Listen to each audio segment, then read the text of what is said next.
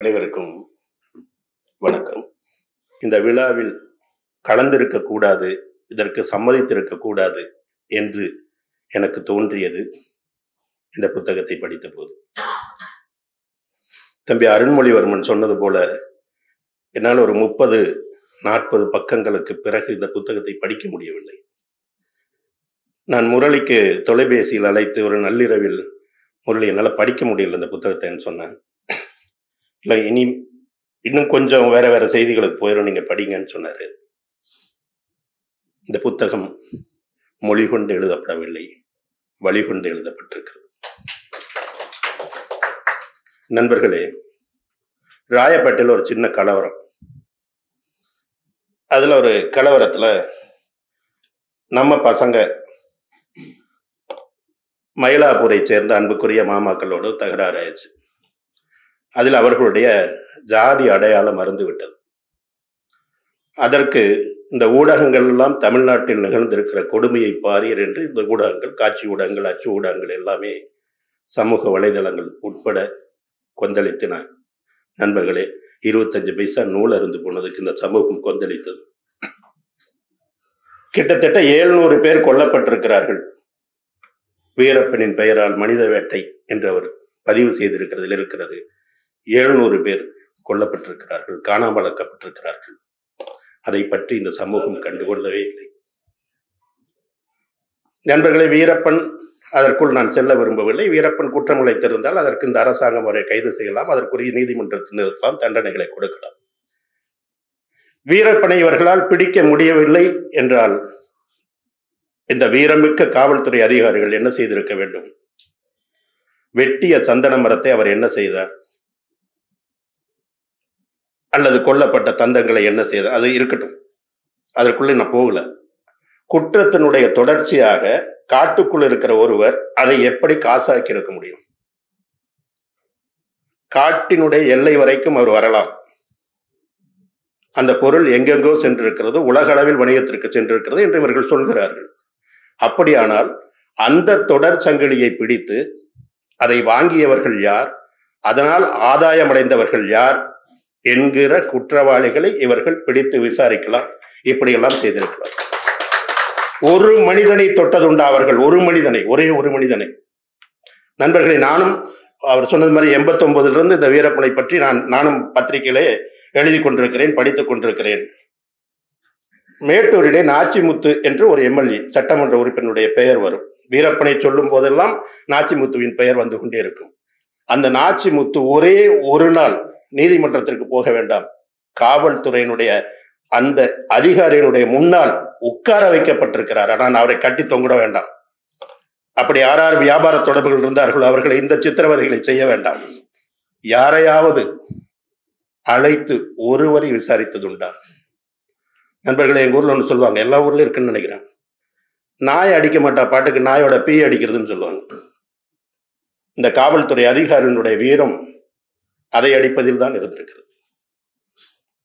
இங்க ஜாதி இல்லை, பாதிக்கப்பட்டவர்கள் இருளர்கள் இருக்கிறார்கள், வன்னியர்கள் இருக்கிறார்கள், லிங்காயத்துகள் இருக்கிறார்கள், எல்லாமே இருந்திருக்கிறார்கள். எல்லோருமே அடுத்த வேளை சோற்றுக்கு வழி இல்லாத ஏழைகள். இந்த சமூகம், காவல்துறை மட்டுமல்ல, அரசாங்கம் மட்டுமல்ல, இந்த சமூகம் என்ன கருதுகிறது என்றால் ஏழைகள் கொல்லப்பட வேண்டியவர்கள் சாகட்டும். இப்படியான சூழ்நிலை ஒரு தொடரினுடைய கள ஆய்வுக்கு எழுத போன ஒரு முரளி அதனுடைய வழி தாங்காமல் இந்த புத்தகத்தை பதிவு செய்திருக்கிறார். ஒரு உதாரணத்தை சொல்கிறேன் நண்பர்களே, என்னுடைய நினைவு சரியாக இருக்குமானால் அவருடைய பெயர் மோகன்ராஜ் அல்லது மோகன்குமார். அவர் அந்த பகுதியிலே உதவி காவல்துறை ஆய்வாளராக இருந்தவர். அவர்தான் இதில் எவ்வளவு கொடுமைகள் சொல்லப்பட்டிருக்கிறதோ அதில் தலையாய கொடுமைகள் எல்லாம் செய்தவர் அந்த காவல்துறை அதிகாரி. கலைஞர் ஆட்சி வந்தபோது அந்த அதிகாரியின் பெயரை குறிப்பிட்டு அவனை காட்டிலிருந்து தூக்குங்கள் என்று முதல்வர் கலைஞர் அவர்கள் சொன்னதாக ஊடக நண்பர்கள் சொல்லி நான் கேள்விப்பட்டிருக்கிறேன். தேர்தலில் அவர் திராவிட முன்னேற்ற கழகத்திற்கு எதிரான தேர்தல் பணிகளை செய்தார், கட்சிக்காரராக செஞ்சார். நண்பர்களே, அவருக்கு இரட்டையாக திருப்பி வந்து இந்த ஆட்சி முடிஞ்சோடனே அங்கேயே போயிட்டாரு. அவருடைய பணிக்காலத்தில் மிக அதிக காலம் வீரப்பனுடைய அந்த தேடுதல் வேட்டை நடந்த இடங்களில் தான் பணிபுரிந்திருக்கிறார். அவருக்கு அடுத்தடுத்து இரட்டை பதவி உயர்வுகள் வழங்கப்பட்டன. நண்பர்களே, அவர் ஓய்வு பெறும் கடைசி நாளன்று அவர் ஐஜியாக பதவி உயர்த்தப்பட்டு ஓய்வளிக்கப்பட்டார். அதுல என்னன்னா, ஒரு ஓய்வு பெற்ற ஐஜிக்கு என்னென்ன படிகள் கிடைக்குமோ எல்லாமே அவருக்கு கிடைக்கும். நண்பர்களே, அவர் அப்படி பணியில் அமர்த்தப்பட்டது இப்போதைய திராவிட முன்னேற்ற கழகத்தினுடைய ஆட்சி. எந்த ஆட்சிக்கு எதிராக அவர் இருந்தார் என்று சொன்னார்களோ, எந்த கலைஞர்கள் எல்லாம் அவர் எப்படியெல்லாம் பேசினார்னு சொன்னாங்களோ, அதே ஆட்சியில் அமர்த்தப்பட்டார்கள். நண்பர்களே, அரசு என்பது வேறு, அரசாங்கம் என்பது வேறு. நீங்கள் அரசுகளை மாற்றலாம், அரசு மாறினால் அரசாங்கம் மாறிவிடும் என்பது மூட நம்பிக்கை. மிகப்பெரிய மக்கள் போராட்டங்கள் இல்லாமல் எந்த அரசாங்கத்தினுடைய ஒற்றை ஒரு ஜன்னலை கூட உங்களால் திறக்க முடியாது. அரசாங்கம் மாறவே இல்லை, எல்லாம் அதிகாரிகள் ராஜ்யம்தான். நான் இதில் எழுதப்பட்டிருக்கிற ஒரு சில நிகழ்வுகளை நான் அதாவது மன்னிக்கவும், தமிழ் மகன் மாதிரி, நேசகுமாரன் மாதிரி ஒரு காலத்தில் நான் மென்மையானவனாக இருந்தேன், இப்போது இல்லை. நீங்கள் என்னை கம்யூனிஸ்ட் ஆக்கி என்று தோப்பில் பாசியினுடைய நாடகம் இருக்கிறது. இந்த சமூகம் மென்மையாக இருந்த என்னை இப்படி மாற்றி இருக்கிறது. மாறாவிட்டால் இப்படி ஒதுங்கி செல்கிறவர்கள் தான் இந்த அரசாங்கத்திற்கும் இந்த அமைப்புகளுக்கும் தேவையாக இருக்கிறார்கள். முரளி எழுதியிருக்காரு, மன்னிக்கணும், நாம் இதை பார்த்துவிட்டு இதை பதிவு செய்துவிட்டு ஒதுங்கி போகிறோம் என்றால் அந்த மக்களுக்கு நாம் துரோகம் செய்கிறோம் என்று பொருள் எழுதியிருக்காரு. ஏனென்றால் இவர் என்னன்னா, ஒரு காவல்துறை என்ன பண்ணுவாங்கன்னா, உள்ள யாராவது ஒருத்தர் அழைச்சிட்டு வர்றாங்க, அவருக்கு ஓரளவுக்கு பின்புலங்கள் இருக்கிறது என்று சொன்னால் அவங்க என்ன பண்ணுவாங்கன்னா, கீழே சாதாரணமா ஒரு புகார் கொடுக்க வந்தவனை போட்டு அடிப்பாங்க நம்ம கண் முன்னாடி. என்னவென்றால் நம்மை பயமுறுத்துவதற்காக அடிப்பது. இந்த அரசாங்கம் நம்மை போன்றவர்களை, பேசுகிற இடத்தில் உள்ளவர்களை, செய்திகளை கொண்டு செல்கிறவர் இருக்கிறவர்களை மிரட்டுவதற்குத்தான் இந்த எளிய மக்களை வதித்துக் கொண்டிருக்கிறார்கள். அவர்கள் ஒரு கருவி. எனவே ஒதுங்கி போய்விட முடியாது, ஒதுங்கி போய்விடக் கூடாது. நண்பர்களை, லட்சுமி என்று ஒரு பெண், ஒரு தாய். அவளுக்கு 5 வயதில் ஒரு பெண் குழந்தை, 2.5 வயதில் ஒரு பெண் குழந்தை. இந்த லட்சுமி 2.5 வயதுள்ள நோய்வாய்ப்பட்ட குழந்தைக்கு கஞ்சி புகட்டி கொண்டிருக்கிறார் தன்னுடைய வீட்டில். அந்த வீட்டில் அவள் கணவன், மாமியார் அவங்க இருக்காங்க. 2 நாட்களுக்கு முன்பு இந்த அதிரடி படை விசாரணை என்கிற பெயரில் அவருடைய கணவனை அழைத்து சென்றிருக்கிறது. அவனை பற்றி ஒரு தகவலும் இல்லை. அதை அறிந்து வருவதற்காக அவளுடைய தாய், அதாவது இவளுடைய மாமியார், காவல் நிலையத்திற்கு சென்றிருக்கிறார். இவள் நோய்வாய்ப்பட்ட குழந்தைக்கு கஞ்சி புகட்டி கொண்டிருக்கிறாள். இந்த 5.5 வயது குழந்தை அதை பார்த்து கொண்டிருக்கிறது. தோழர்களே, லட்சுமி 6 மாத கர்ப்பிணி. இந்த நேரத்தில் வெளியே ஒரு மூடுந்து, ஒரு ஜீப் வருகிற சத்தம் கேட்கிறது. இந்த சத்தம் கேட்கிற போதே குழந்தைகளும் நடுங்குகின்றன. அப்படியான அச்சத்தை அதற்கு முன்பு நடந்த சம்பவங்கள் அங்கு ஏற்படுத்தி இருக்கின்றன. அந்த வீட்டினுடைய குடும்ப தலைவனை அழைத்து சென்றிருக்கிறார்கள்.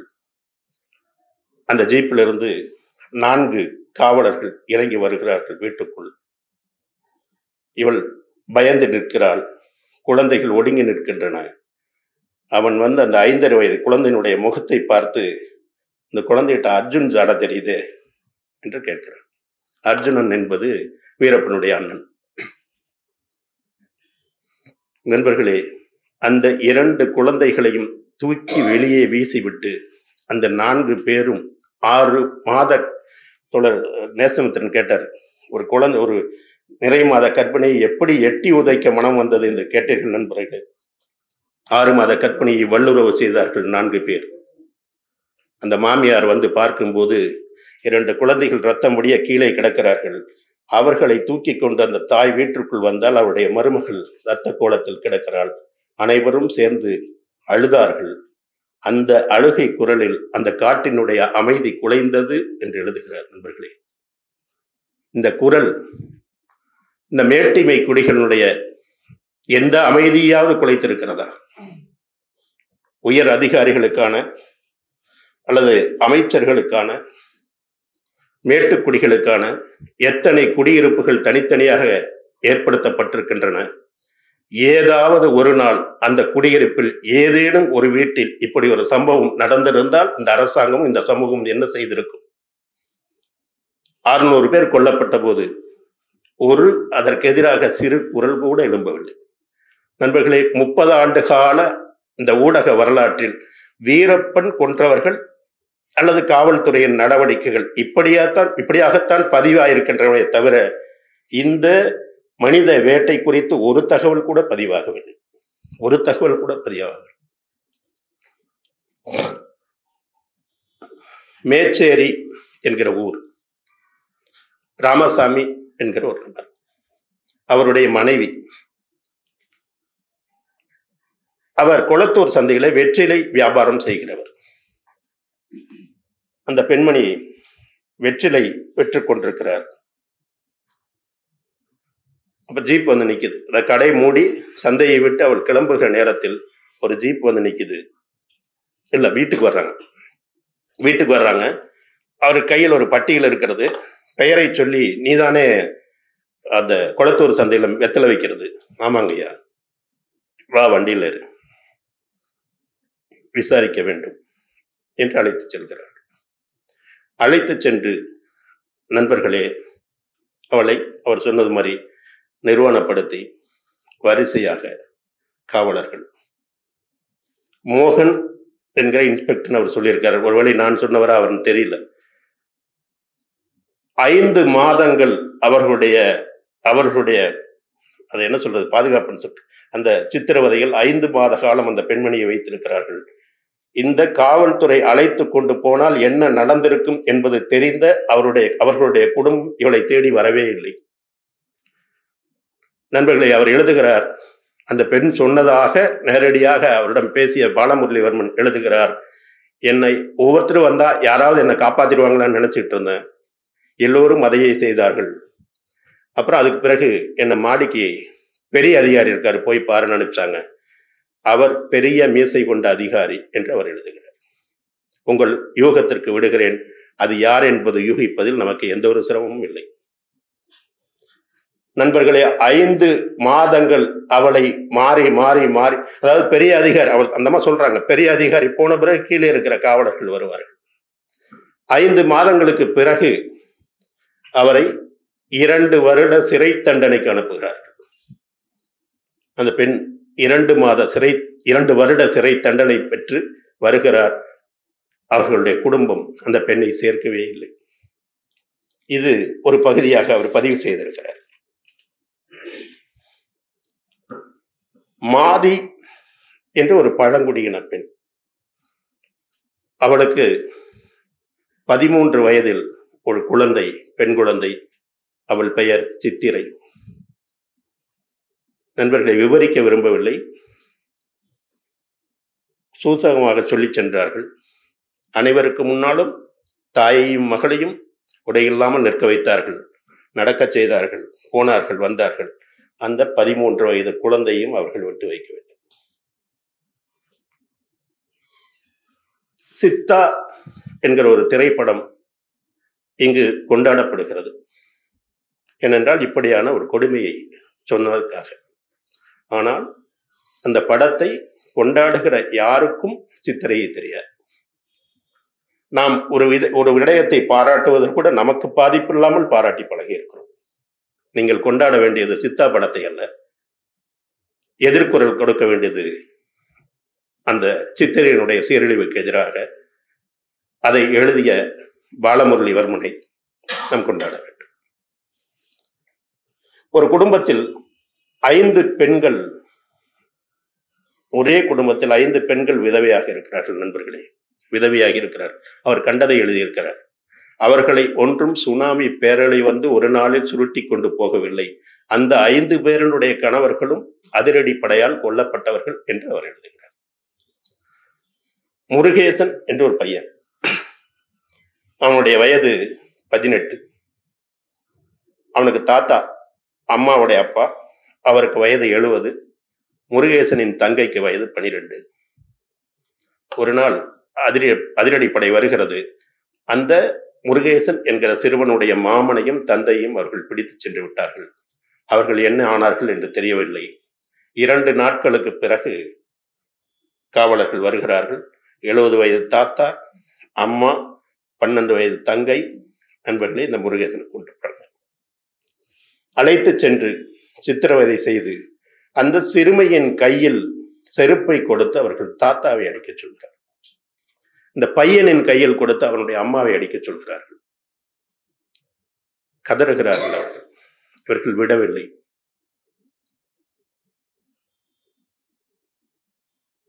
அந்த 12 வயது சிறுமிக்கும் அதேதான் நடந்தது. எனக்கு தயக்கமா இருக்கு. தயக்கம்ங்கிறது இங்க இவங்க நண்பர்களை சொல்றான். அதற்கு பிறகு ஒரு காவலன் சொல்கிறான், இவள் இன்னும் வயசுக்கே வரலடாங்க. நம்மால் கற்பனைப்படி பார்க்க முடியுமா?